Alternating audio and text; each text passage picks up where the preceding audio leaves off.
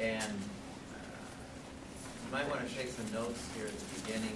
There's some things that I'd like you to keep in mind as we approach this stuff. Some stuff that will help you out. So, first question for you is this.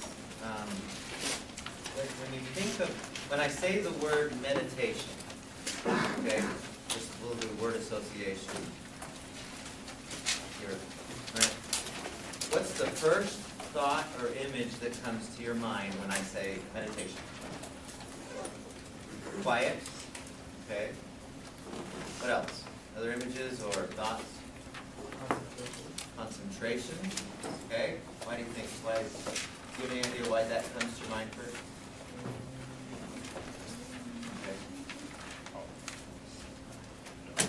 First thought, what's your, Jacob? Like clearing of your mind. Clearing your mind. Clearing your mind.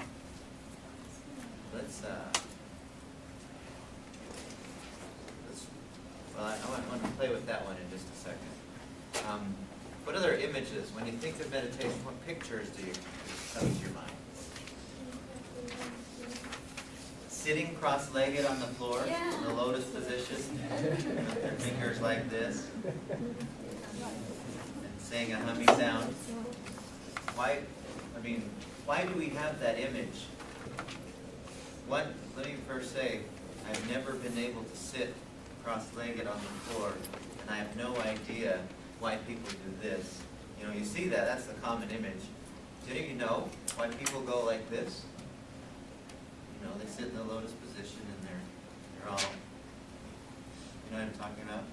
We've all seen that picture. Why do they do that? Do you know? Oh, you know? No, I don't. I read a book though. It's kind of like when you say, when you're giving us like private things to do, how you say like listen to the breath and like put it and then notice before that. I read a book one time that's kind of like keep your energy flowing and just that kind of.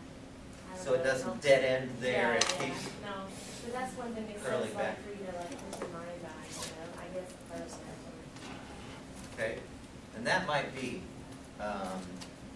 I've been doing meditation for over 20 years now, and I've done it with every finger, you know, or all 5 or whatever, and I haven't noticed a single difference by doing this. So that image that they always say, well, I don't know why, that might be, but I've never felt anything. I've never noticed any difference when I do this or just have my hands. And I can't sit in the lotus position. It hurts my fat legs. So. Any other images or ideas come to mind when you think of meditation?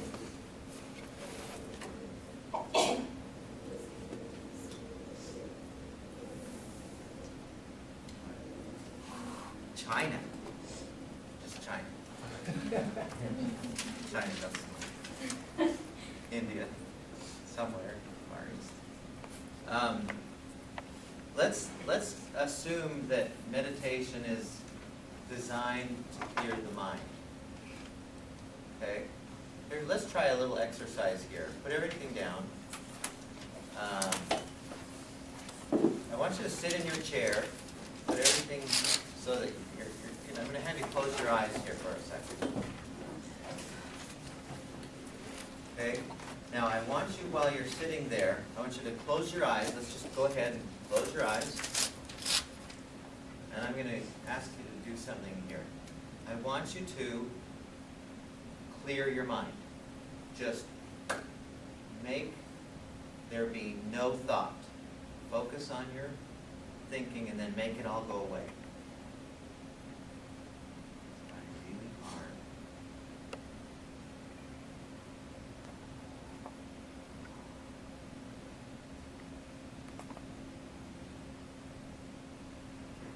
Last thought.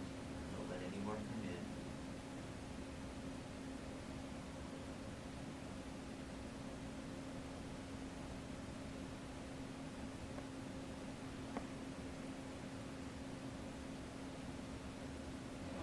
that's long enough. What did you notice happening when you tried to make your thoughts go away? All right, am I doing it? Am I not? And then like, you start thinking about what you're really thinking about. Which is anything but a clear mind, right? Any thought you have about a clear mind is a thought rather than a clear mind. Did anyone succeed? Did anyone make it just blank? You did? So there was nothing? Really? How'd you do that? I practiced it before. I used a lot for going to sleep. And what was it like when you had no thought going on? Blank? Yeah, it was kind of like a blank, and it takes, I think, focus to keep everything inside, though. You know, everything from coming in. Okay. That's kind of a thought, though, right? But you're saying there wasn't nearly as many, and maybe even just a thought of no thought. Well, those tried to come in, but You're preventing them somehow. I think Okay, so. good for you. That's impressive. Every time I've ever tried this, and we do an exercise in the other class where we actually watch our thoughts, and it's an amazing thing where the more you try to play with your thoughts, the more you realize how difficult it is. So just still the mind. So the first misconception that I want us to get in our heads is meditation is not about creating no thought. It's not about stilling the mind. It's not about, at least what we're going to be learning here today, it's not about, it might happen, but you're not going to consciously try to make it happen.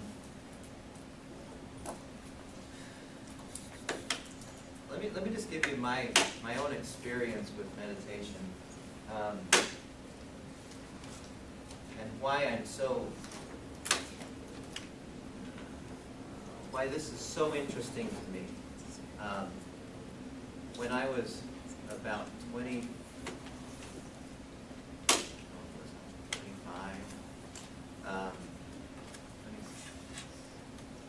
somewhere in that area.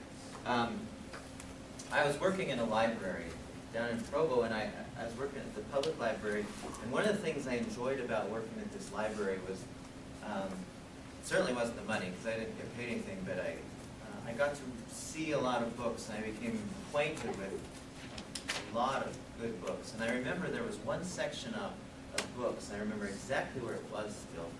It was all about meditation. And I didn't know anything about meditation. And this was back in the mid-'80s when yoga and meditation were still kind of, taboo, that's weird stuff.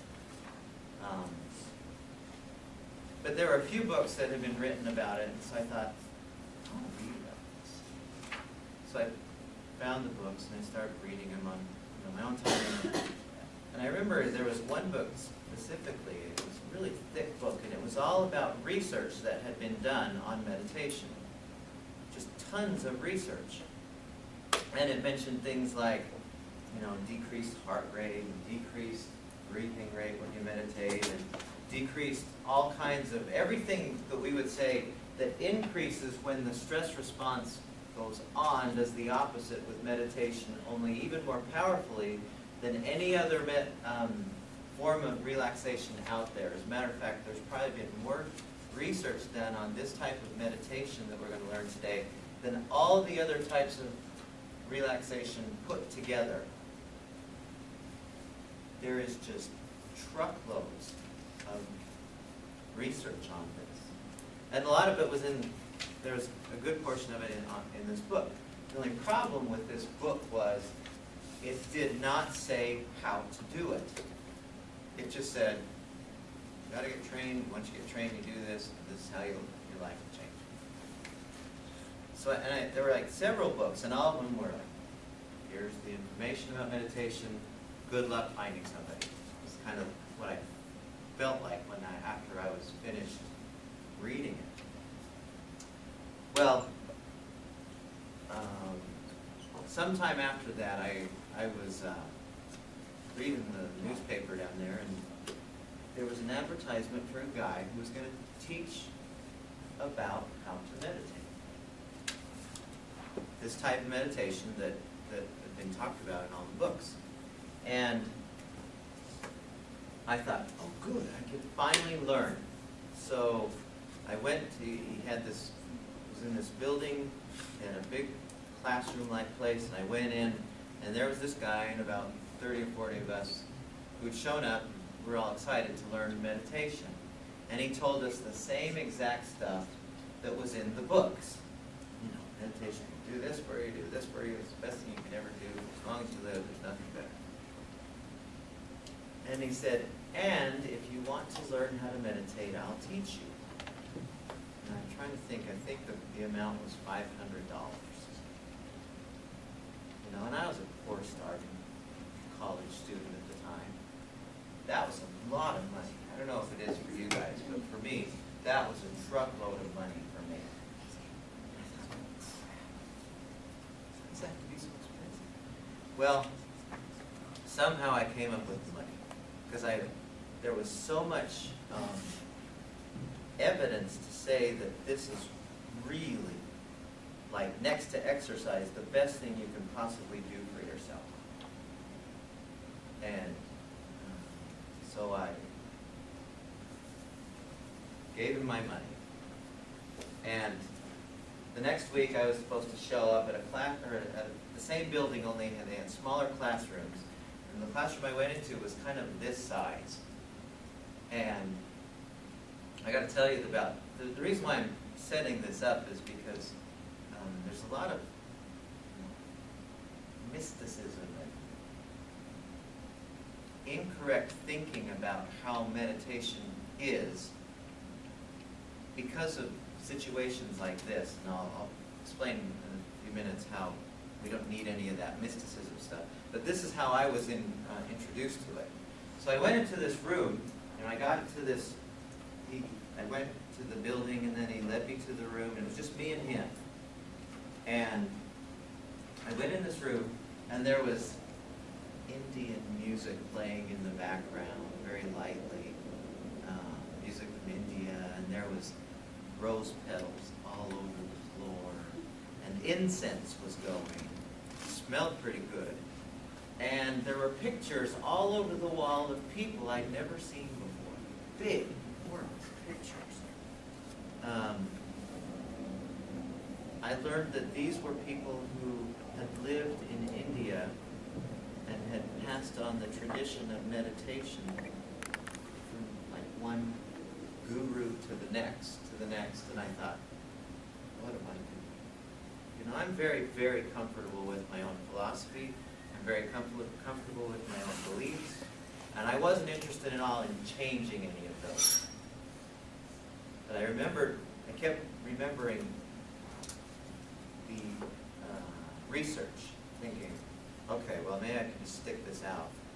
This is really weird, but I'm just going to stick it out to see, if I can get the same results. But I wasn't comfortable at the time with the direction it felt like I was going in. So finally I said, okay, well, whatever. We went and sat down, and we didn't sit in any lotus positions or anything, which I was happy about. We just sat, and he was in a chair, and I was in a chair, and he started going through this chanting thing. We talked for a little while, and then he started doing this chanting thing. He said, I'm going to start saying this chant. And just sit there and listen. And then at some point I'll tell you what to do next. And so I didn't understand a single word he was saying. It was some other language. I forgot the name of the language. And then he went on with this chant or prayer or whatever it was for about 5 minutes, and I was getting a little really in the wrong place. And then he started saying a word. He started repeating a word out loud. It was a word I'd never heard before. I mean, it was like he was chanting, and then this word started repeating. He started repeating it over and over and over and over. And then he said, all right, you repeat this word over and over with me. And sure, I don't know if I should be doing this. But I did it anyway. So I started repeating it out loud. And then he said, all right, take this word to just sub-vocal. So just say it to yourself.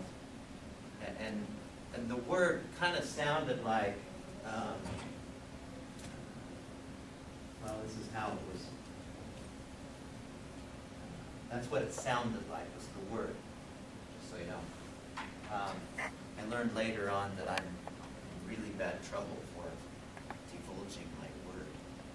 Anyway,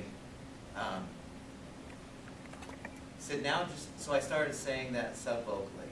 You know, my eyes are closed, and I started, now say it, now just let it happen in your mind at about this pace that he was guiding me at. And it's like, whatever. So I just started saying it over and over to myself. Or not even, just kind of let the word repeat in my mind. And then he said, now do this until I tell you to stop. Okay, fine. This is all I have to do. I can do this.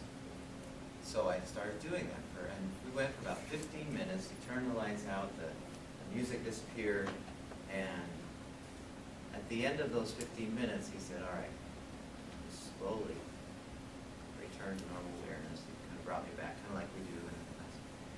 And I have to tell you, up until that time, I had never felt that good in my life. And I've had some pretty good experiences, but there was nothing that compared to that. How, not physically, I wasn't that different physically, but my mind and my spirit and besides my physical self, felt unbelievably good. Just balanced and clear and content. It was an unbelievable difference from 15 minutes before. So profound, I thought, this is amazing. I don't know what you did or what we did here. I loved that feeling of being so clear-headed.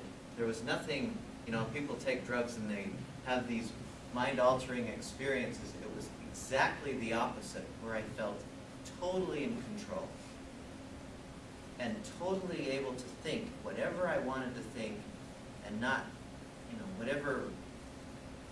I had no sense of what is somebody else going to think of me. I was just so centered.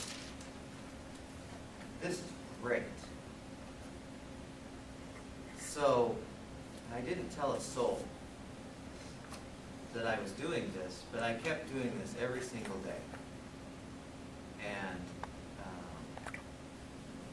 And I've been doing it every single day for 20-some years now, since 1988.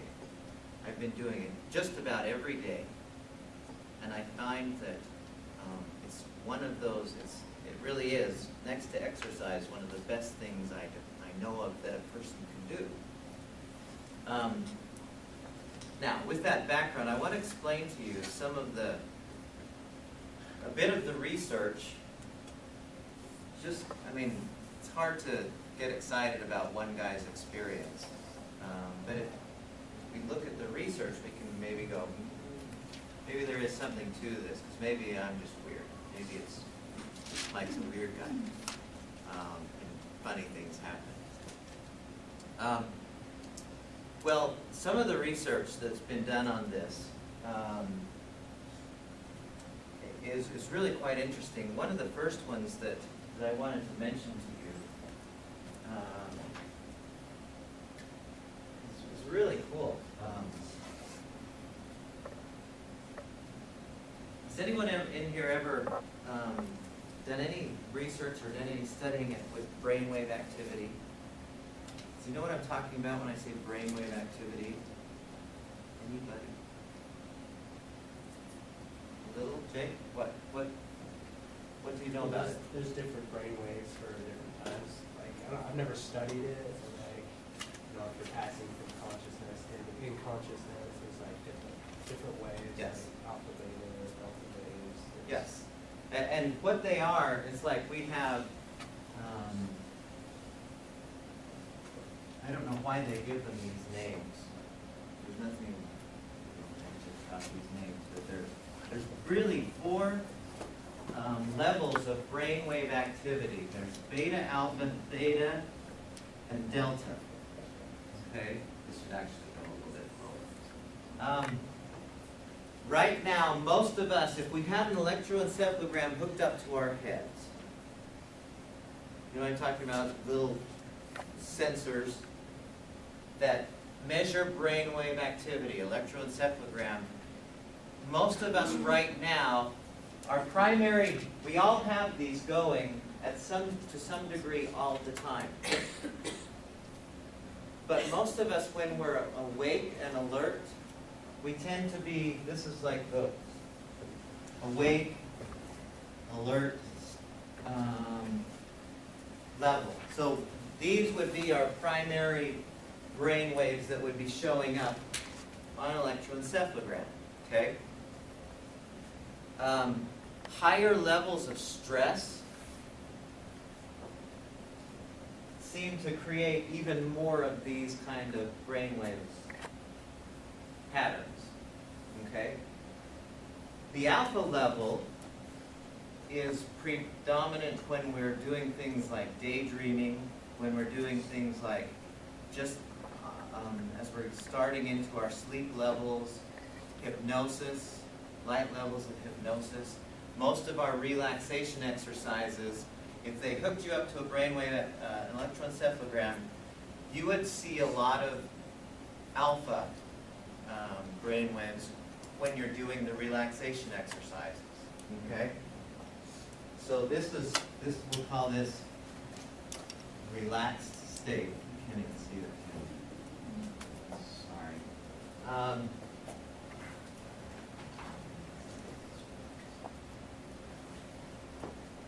Now, when we sleep at night, let's do this kind of look. Let's say that here's a typical night. 4, 5, 6, 7, 8. These are hours of sleep at night. Okay, lucky if we get 8. And a typical night looks like this for most of us. If we haven't been drinking, and if we're not under heavy-duty stress, then a typical night for most people, they spend the first 2 hours going from beta to alpha, and then the rest of the night, we tend to be more in the theta and the delta sleeping levels, or brainwave levels. While we're asleep, we dream, and dreaming happens here and here. I mean, dreaming happens all through this, but it's during those times when our brainwaves are at those deepest levels that we get the most restorative rest. Our body really, when you have a cut, you ever notice that? You have a cut, or you have a sore, or you have some kind of muscle pain, and the next morning you notice it's gone. Well, that's because when you're asleep at night, your body knows how to restore itself if you get deep enough sleep. Okay, does that make sense to everybody? Yes? Well, what they found, this is what was really amazing to me, is they hooked people up to an electroencephalogram while they were meditating. Okay, so they're sitting there in their chair, and they're meditating, but they've got the sensors hooked up to their head, and it's hooked into the machine, so you can't fake this. It's impossible to fake an electroencephalogram. It's just brainwave activity. What they found is within 5 minutes, people who meditated regularly, they went all the way down to delta levels, where the primary brainwave activity was most predominant while meditating. So in other words, they were getting amazingly deep rest in a very short amount of time. It was so strange. There was one researcher who decided, we got to give this a name, because the people who were meditating, they weren't asleep at this time. When they were down here meditating for 5, 10, 15 minutes, they weren't asleep. They were wide awake, but the brainwave activity was down here, and they gave it a name because they'd never seen it before. They called it a they called this hypometabolic state. You see that? Hypo, metabolic state.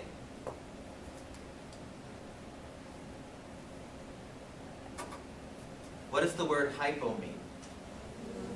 Below, down, under. In other words, metabolism slows down amazingly when we're meditating. Now, why? When you're in the stress response, what would we call that in contrast? Yeah, we call that a hypermetabolic state, because everything's going faster. No kidding, there have been times when I'll check my heart rate or I'll check my breathing rate.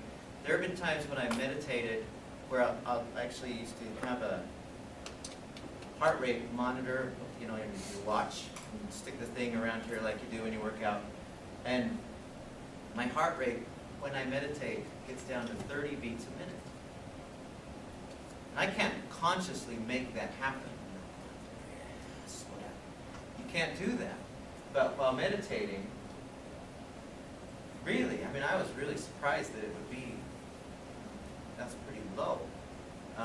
Another thing that I noticed about meditating is, and I don't consciously try to make this happen, but I find that it takes, you know, a normal person who is breathing breathes about how many breaths a minute? You know, we did that at the beginning of the semester. You counted how many breaths.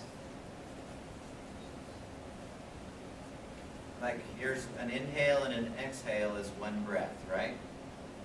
The normal person breathes anywhere from 10 to 20 breaths per minute. When I meditate, my breathing rate goes down to 1 breath a minute. In other words, it takes an entire minute for me to inhale and exhale. And I don't try to do that, it's just what happens. Now, there's nothing, I'm not an amazing anything. I mean, I'm as normal as anybody I know. So it's not like, well, you're just, you're special. I'm not. I'm really not. But what happens is, when the body realizes it doesn't have to work very hard, then it will turn off those systems that would normally be working hard. And then healing happens. So here's a few more of the things that starts to happen when people meditate. They found that there's, meaning really, you could pretty much say, if it happens in the stress response, the opposite happens with meditation, more than just about anything else I know of. They found there's a decreased resting heart rate, decreased breathing rate, decrease in blood pressure, decrease in blood lactate, decrease in blood cortisol, decrease in just about, I mean, you name it, decrease in blood sugar. All of these things are terrific for us, but they've also found that some kind of little more objective or subjective kinds of things, like people who did regular meditation, they had increased job satisfaction, they had increased job performance, increased productivity.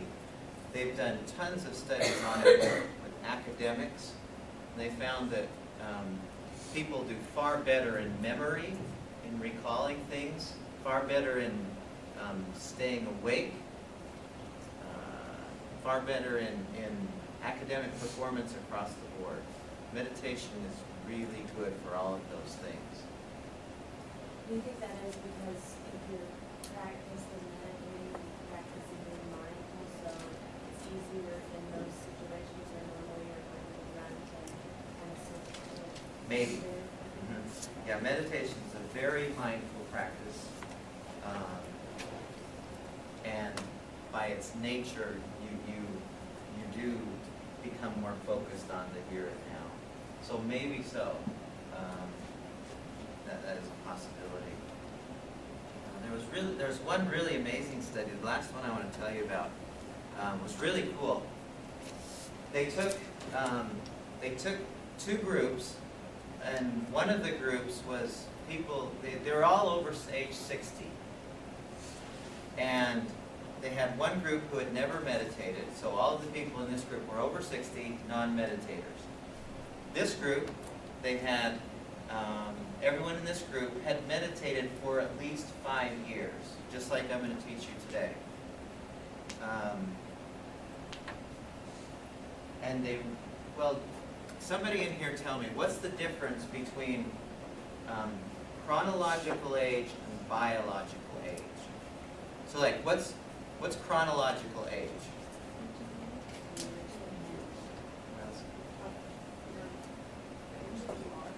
Yeah. How long you've been here while the planet's gone around the sun. You can't really affect that. Now, how's that different than biological age? What's biological age? Yeah, it's how old your body thinks you are. It's how old... You've seen people who have gone through divorces, and then suddenly they're just way older. Or, we've talked about this earlier, aging really increases through stress. Right? Well, they took these two groups of meditators and non-meditators, and they tested them for biological aging. And there are markers that can determine biological age. How fast your fingernails grow, visual acuity, how fast your hair grows. There's a whole bunch of different markers. And they found that the meditators had biological ages 12 years younger than the non-meditators. That was huge to me. When I saw that, I was like, man, this is our fountain of youth. If we want to stay, keep our bodies from growing old quickly, we want to obviously turn off the stress, but what can we do proactively to keep ourselves younger? This appears to be one of those things. And that's really cool to me.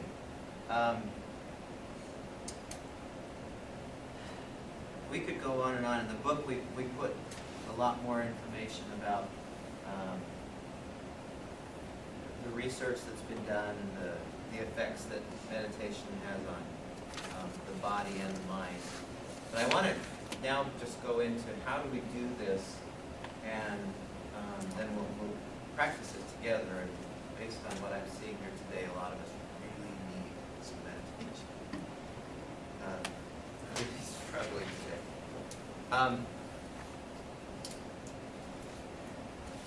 Some of the researchers, there was a guy specifically from the Harvard Mind-Body Clinic named Herbert Benson who had looked at a lot of this research on, and the type of meditation, if you want to search this out on your own, the type of meditation that I learned was called transcendental meditation. And if you went online now, they're still teaching this. I think the cost for this is about $2,500 now. So you're getting it for a pretty good price.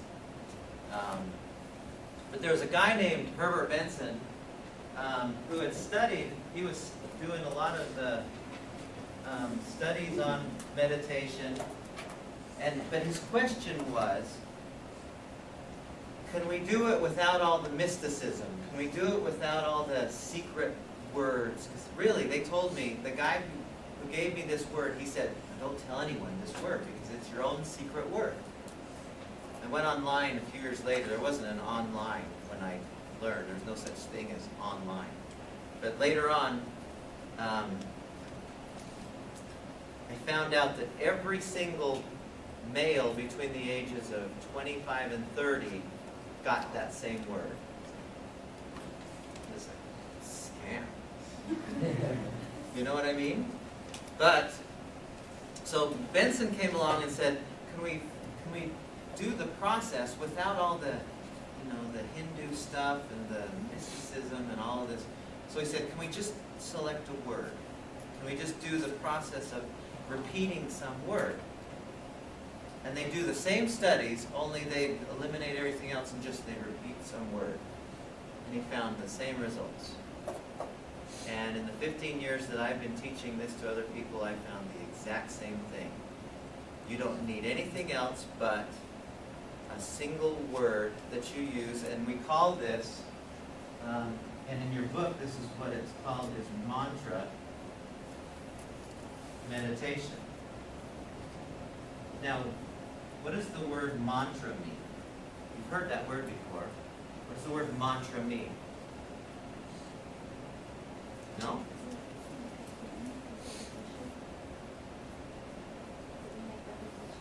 What?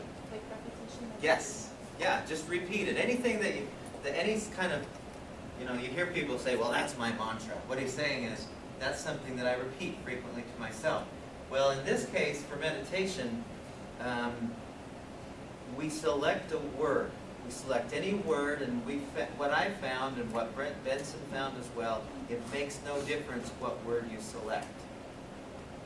You just select any word that seems to be what you want to use. I use this chair. So, when we meditate, we do this sitting. We never meditate lying down.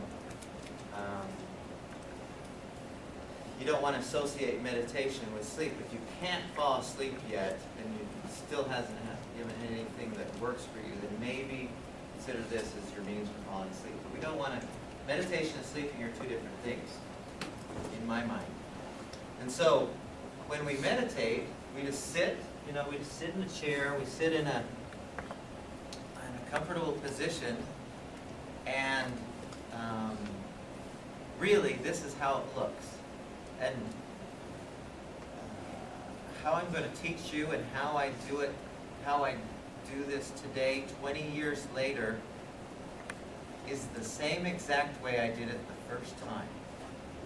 So you don't get better at meditation, and you don't improve at your skill of doing meditation any more than you get better at eating breakfast. Do you ever just get so proud of yourself because you eat breakfast better today than you did? Oh man, I'm so good at this. I'm so wow. Well, meditation's the same way. You don't get any better at the process. You get the effects of it expand, but the process is exactly the same every time. And you have to think that it's so easy. I was going to say, a caveman. A 6-year-old could do this because of how I'm going to explain to you. So when we do our meditation, we sit in a chair, sit in our couch, or sit somewhere, and we decide on a mantra. Now, a mantra, some of the ones that I've used in this class in the past, and there's nothing, magical about these mantras, but they just seem to be appropriate, I guess. But you could use any word like still, or one, or peace, or relax, serene. You could use your own name. You could say pizza, spaghetti, Michael rotary engine. It doesn't make any difference what word you use as long as you decide on a single word. So this is how it would look. Now I'll demonstrate it and then we'll do it together. So let's say that I've selected for today, and there's nothing special about, let's say today you want to use one and tomorrow you want to use still. That's fine. So I choose the word still for my word of the day, my mantra of the day. And so I'm sitting there like this, and I just have I don't do any of this stuff, this stuff. So my hands just end up in my lap, and I'll close my eyes, and then after about 30 seconds or so of just kind of becoming mindful, tuning into my here and now experience, then it'll look like this, only be you doing it. And this wouldn't be out loud. I would be saying this to myself, but this is how it would sound. So after about 30 seconds, it looks like this. Still. Still. Still. Still. Still.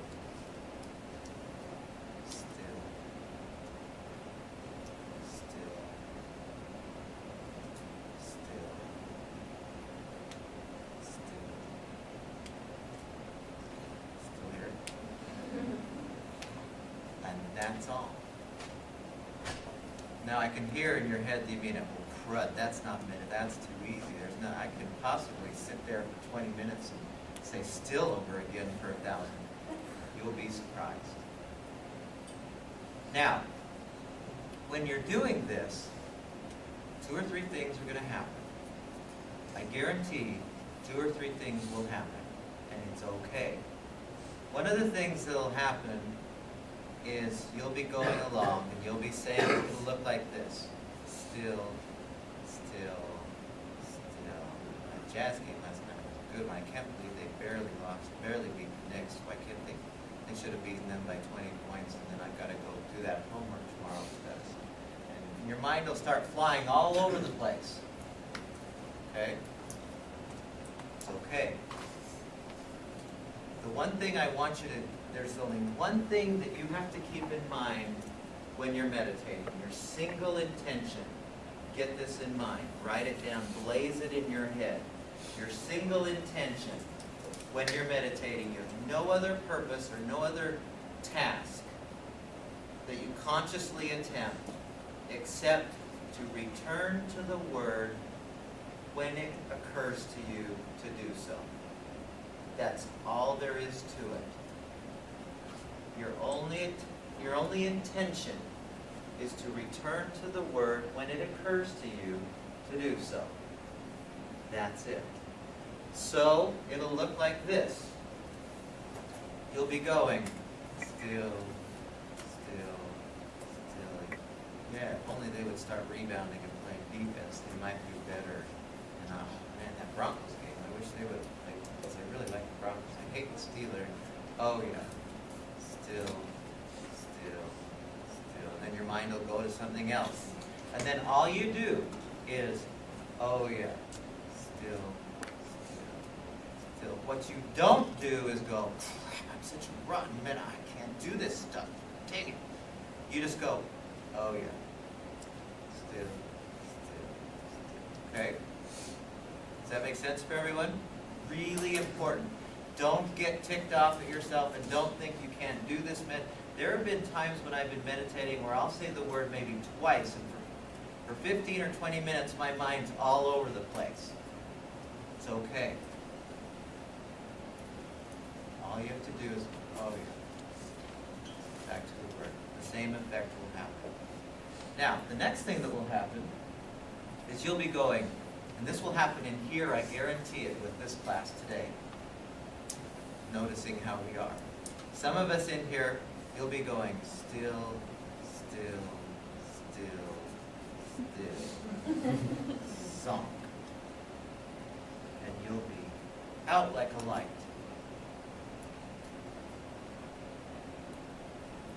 What's your single intention? Return to the Word when it occurs to you. So when you do happen to get wakened, however you say that, when something does wake you up, then you go, oh, okay, still, still, still. Now, the cool thing about this is when you do fall asleep during meditation, you'll have some of the deepest rest you've had in a long time. Really, it's amazing how you'll be so into your dreams, or not dreaming, but you'll be very, very rested when you do that. But your intention is repeat the word when you wake up. Okay? Now, The third thing that will happen is you'll be going still, still, still, and you'll just keep on doing it. There's nothing, you don't win any prizes for staying on the mantra.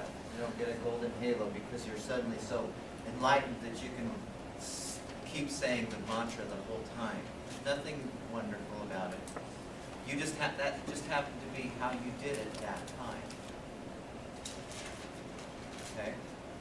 Now, to end the meditation, this is the most important part of it. The most important part of meditation is how you end. When we came out of all the relaxation exercises earlier in the semester, we took about 2 or 3 minutes. You want to take at least that to come out. If you don't, this is what it will feel like. If you're down here, you know, you're still, still, still, only it's 15 minutes, not 8 hours. And you're down here, your brainwave activity is really deep, delta level stuff, and suddenly you're, oh man, I gotta go. It will be exactly like how it feels when the alarm wakes you up in the middle of a dream. Awful. So do not be in a hurry. No matter how late you might be, for whatever you might have planned, you're still better off by taking 2 or 3 minutes, even 5 minutes to just slowly come out. Super important. A lot of people say, well, meditation just doesn't work for me. And the reason why is because they get through and they say, okay, I'm done. And that jolt is just the same as, you're jumping through brainwave. I don't know if that's really what's going on, but it doesn't feel good. Okay? And that's all there is to it. It could not be any easier. It absolutely couldn't be any easier. So, should we try this? Here's what I'd like you to do. And I know you've got your little voice in the back of your head that's going to be going, this stuff is so stupid. What's your single intention? Turn to the word when it occurs to you. And you go at about that pace. Still, still. Choose any word that you want. Ocean, cellar door. That's what one person said. That was the most beautiful English words. They said, some professor, that's the most beautiful English words together. Cellar door. But anyway, select a word that feels like, okay, that's the word of the day. If you get in the middle of it and you say, it's not the word of the day after all, I want to choose this one. It doesn't matter, just keep that intention of return to the word when it occurs to you. Now, one last thing before we jump into this. It's really important to keep in mind this. Somebody over here is going to start coughing. Somebody over here will sneeze. You'll hear sounds out here. The fan will go off. It will turn on again. Somebody will move. Somebody will scratch. And it's okay. If you've got to scratch, go ahead. Take care of it while you're meditating. There's no problem with that. But you treat outside sounds the same way you treat inside sounds. And how do you treat inside sounds? What's our intention? Return to the word. So when somebody coughs over here, you don't go, oh, geez, that's ruining my meditation. You go, oh, okay, still, still. And use that, rather than it being an annoyance, use that as a cue to get you back to the word. Okay? Oh, okay. Still, still. All right, make sure your phones are off, away. We like that all the time. And so I'd like you to sit in your chair so your back's straight up and down. I'd rather you not put your head on the table in front of you, because that's sleeping. That's not. And you might fall asleep, but if you're up and down like this, you're less likely to fall asleep. Yeah, that's a good idea. Put it away. Might swallow that. I've never thought of it. That's a very good, if you have gum, it's probably a good idea to get rid of it. That's a good thought. Okay, so, and at some point, I will just say, take about 2 or 3 minutes to slowly come out. Just keep that single intention. Nothing else matters but that one thing of returning to the Word. Okay? Questions? Okay. So go ahead and close your eyes. We'll turn the lights out.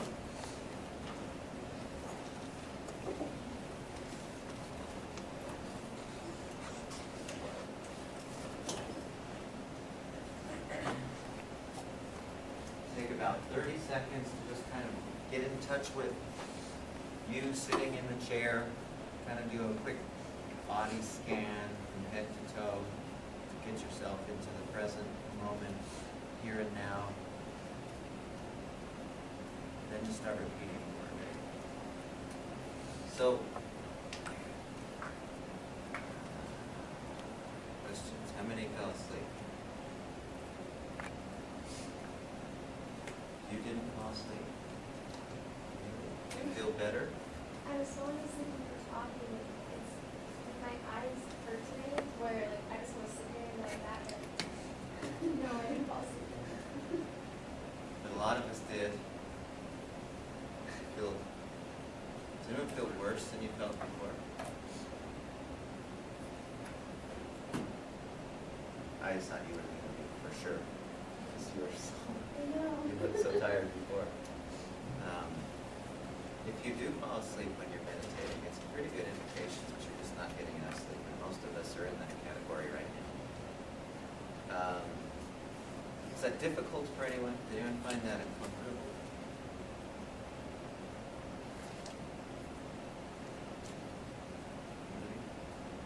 It really is. Oh.